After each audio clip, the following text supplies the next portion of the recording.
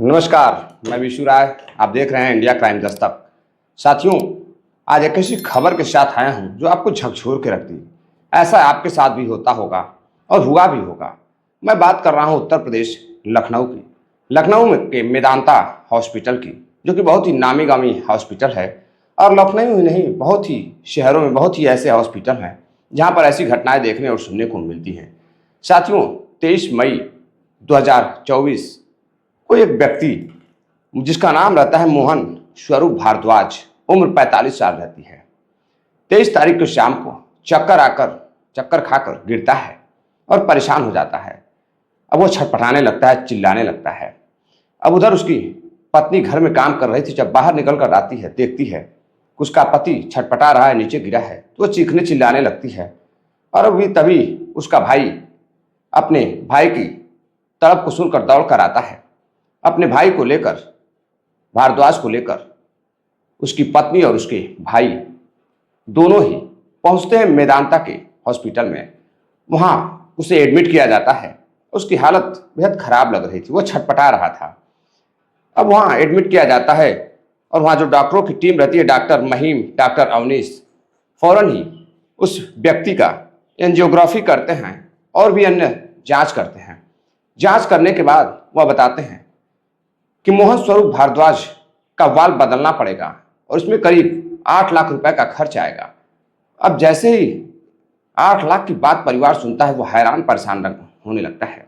अब इतनी बड़ी रकम भला फौरन तुरंत कैसे कोई अदा कर सकता है। हॉस्पिटल में गए मात्र 30 मिनट हुए थे। 30 मिनट के बाद जब डॉक्टर आते हैं तो कहते हैं कि 8 लाख रुपए करीब खर्च आएंगे, उसका वाल्व बदलना पड़ेगा, हार्ट का जो वाल्व है वो बदलना पड़ेगा। अब इधर घर वाले परेशान होने लगते हैं कि इतनी बड़ी बीमारी अचानक से कैसे हो गई और इतने पैसे हम कहाँ से लाएं। तभी उसका एक और बड़ा भाई रहता है, वहाँ आता है, डॉक्टरों से बातचीत करता है और कहता है कि मैं किसी अन्य हॉस्पिटल में ले जाना चाहता हूँ, मैं वहाँ इलाज कराना चाहता हूँ, क्योंकि मुझे आपके इलाज पर भरोसा नहीं है। अभी कोई बीमारी नहीं थी और अचानक से इतना ज़्यादा पैसा, 8 लाख रुपए इलाज में लगेंगे और मैं कहाँ से लेके आऊँगा। और हार्ट की इनको बीमारी नहीं थी, तो अचानक से वाल बदलने की बात कैसे आप लोग कर रहे हैं। अब जब डिस्चार्ज के बाद डॉक्टर और वहाँ के मौजूदा कर्मचारी सुनते हैं तो अब वह गाली गलौज करने लगते हैं, मारपीट पर उतारू हो जाते हैं। अब डिस्चार्ज की बात आती है तो करीब 24,000 रुपये मात्र कुछ ही घंटों में बन चुके थे। अब घर वाले परेशान होकर मात्र उनके पास 2 लाख रुपए रहते हैं और 8 लाख रुपए की जब बात सुनते हैं तो परेशान हो जाते हैं। परेशान होकर मात्र 24,000 रुपये जो हुआ था उसे अदा कर, बिल पेमेंट कर, डिस्चार्ज कराकर अब वहाँ से वह लेकर पास के ही एक ग्लोबल हॉस्पिटल में जाते हैं, जहाँ के डॉक्टर होते हैं डॉक्टर दीपक। डॉक्टर दीपक उसे एडमिट करते हैं, देखते हैं। देखने के बाद फ़ौरन ही उसे 3 इंजेक्शन देते हैं SGDT का, और 3 इंजेक्शन देने के बाद सुबह 5 बजे तक वह बिल्कुल फिट हो जाता है और चलने फिरने लगता है। अब डॉक्टरों से जब बातचीत करते हैं, दीपक से बातचीत करते हैं मोहन स्वरूप भारद्वाज की पत्नी और उसके भाई, तो कहते हैं कोई बहुत हैरानी की बात नहीं है। हो सकता है रिपोर्ट गलत आया हो या फिर कोई अन्य वजह रही हो, लेकिन फिलहाल यह फिट हैं।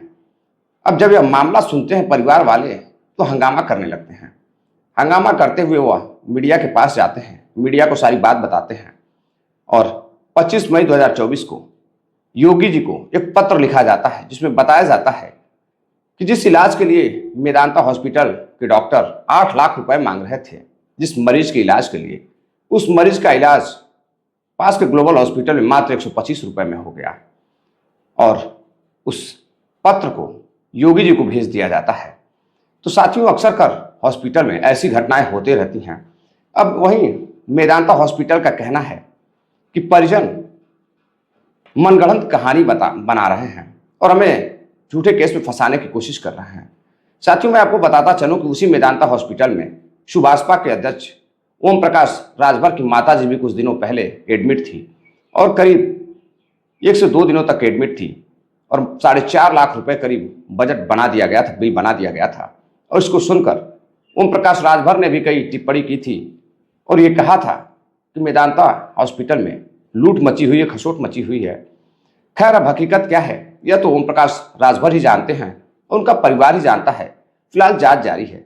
लेकिन साथियों, ऐसे ऐसे जो हॉस्पिटल हैं, मेदांता हो या फिर कई अन्य हॉस्पिटल हो, जहां लूट खसोट मची हुई है, क्या सरकार की कोई भी अपनी जिम्मेदारी नहीं बनती है कि ऐसे हॉस्पिटलों पर प्रतिबंध लगाया जाए? क्या योगी बाबा बुलडोजर चलाएंगे ऐसे हॉस्पिटलों पर जहां पर इस तरह के कारनामे हो रहे हैं?